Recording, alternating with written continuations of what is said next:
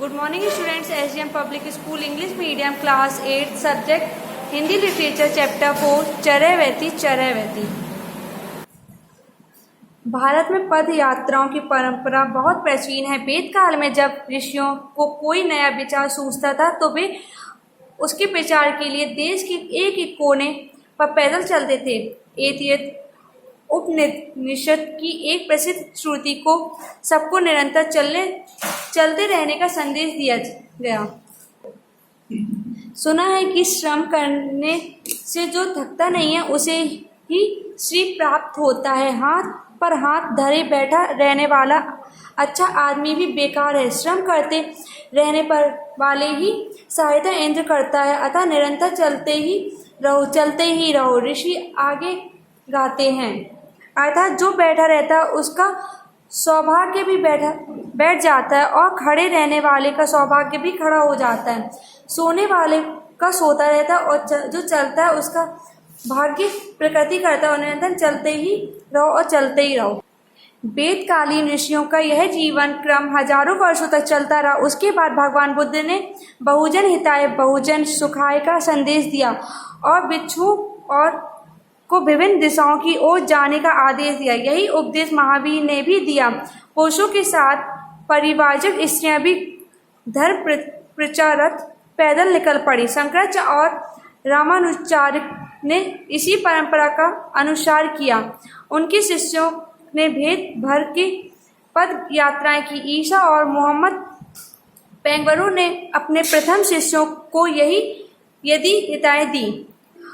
उनके अनुयायी सतत घूमते रहे और बड़ी यातनाओं के बावजूद विचारों का प्रचार किया। आधुनिक काल में महात्मा गांधी ने सर्वोदय का नया आदर्श दुनिया के सामने रखा। सर्वजन हिताय सर्वजन सुखाय। उनके बाद आचार्य विनोबा ने हजारों मील पैदल चलकर भूदान और ग्रामदान का यज्ञ संचालित किया। ये आंदोलन सर्वोदय की दिशा में बड़े कदम हैं। बाबा विनोबा की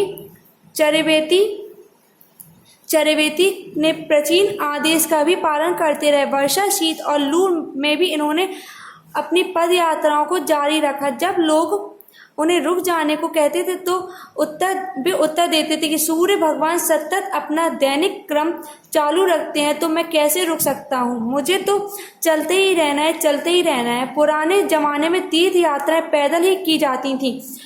उसी में सच्चा पुण्य प्राप्त माना जाता था। पैदल चलने से शरीर श्रम होता है और जनसंपर्क भी शारीरिक व मानसिक तप व संयम का अनुभव मिल जाता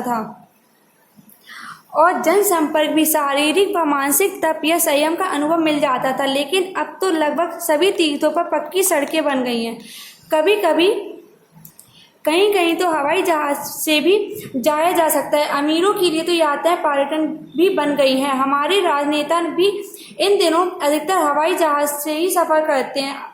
फलत रास्ते में जनता से संपर्क नहीं हो पाता है। गांधी जी तो हमेशा तीसरे दर्जे में ट्रेन में भ्रमण करते थे। हर एक स्थान पर हजारों लोग को उनके दर्शन मिल पाते थे। इसका लाभ उठाकर बापू हरिजनों के कल्याण के लिए धन भी एकत्र कर लेते थे। वर्ष भर में कई लाख रुपए हरिजन फंड भी जमा हो जाता था। उनकी दांडी यात्रा तो कई दृष्टि से ऐतिहासिक बन गई। जिस दिन साबरमती आश्रम में वे 80 साथियों के साथ निकल पड़े, सारे देश में जागृति की एक लहर फैल गई।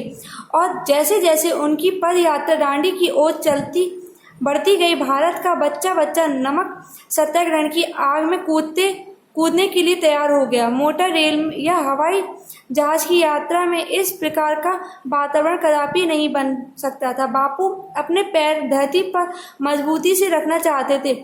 हवा से में उड़ना उन्हें पसंद नहीं था।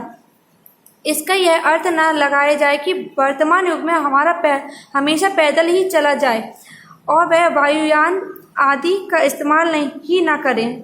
हर एक दिशा में हमें विवेक से काम लेना चाहिए। एक बार विनोबा जी ने इसी विषय में चर्चा हो रही थी।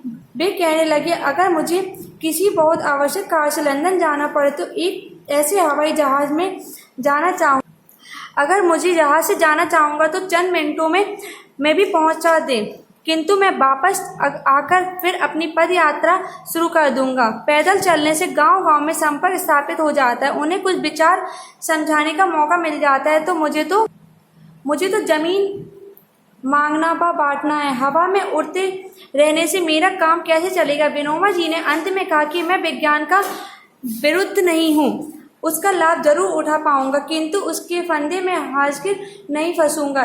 यही नजरिया सही है और इसी को हमें अपनाना चाहिए।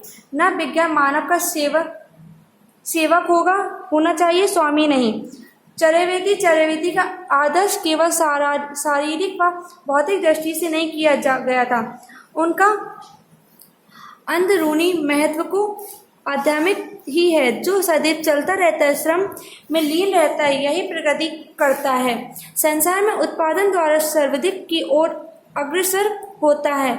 यदि उसके सामने भयंकर कठिनाई खड़ी हो जावे तो भी अपने धैर्य, साहस व श्रद्धा को आड़े रखना जरूरी है। गुरुदेव रविन्द्रनाथ टैगोर ने इन्हीं भावनाओं को अपनी मशहूर कविता में व्यक्त किया है।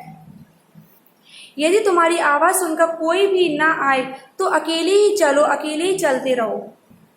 शब्दार्थ: श्री लक्ष्मी धन, परिव्रजन, सन्यासी, अनुयायी, पीछे चलने वाले या शिष्य, भ्रमण करना, घूमना, सदैव, हमेशा, प्राचीन, पुराना, विरुद्ध, खिलाफ, अंदरूनी, आंतरिक, मौका, अवसर। निम्नलिखित प्रश्नों के उत्तर दीजिए। भारत में पद यात्रा की परंपरा बहुत प्राचीन है, क्यों? स्पष्ट कीजिए। भारत में पद यात्राओं की परंपरा बहुत प्राचीन है। वेदकाल में जब ऋषियों को कोई नया विचार सूझता था तो वे उनके विचार के लिए देश के एक कोने से दूसरे कोने में पैदल चलते थे। प्रश्न नंबर 2, ऐतरेय उपनिषद में श्रम के संबंध में क्या कहा गया? ऐतरेय उपनिषद की एक प्रसिद्ध श्रुति ने सबको निरंतर चलते रहने का संदेश दिया था। सुना है कि श्रम करने से जो थकता नहीं उसे ही श्रम प्राप्त होता है। प्रश्न नंबर 3, भाग्य और श्रम का पारस्परिक संबंध स्पष्ट कीजिए। जो सोता रहता है उसका भाग्य भी सो जाता है, जो चलता रहता है मतलब कि श्रम करता है उसका भाग्य प्रगति करता है। प्रश्न नंबर 4, किन किन महान व्यक्तियों ने पद यात्राओं का महत्व दिया और क्यों?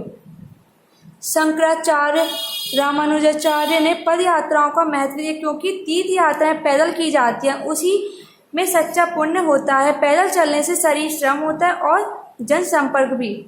प्राचीन काल में तीर्थ यात्राएं पैदल का ही क्यों की जाती हैं? क्योंकि पैदल यात्राओं से पुण्य माना जाता है। चरैवेति का आध्यात्मिक संदेश क्या है?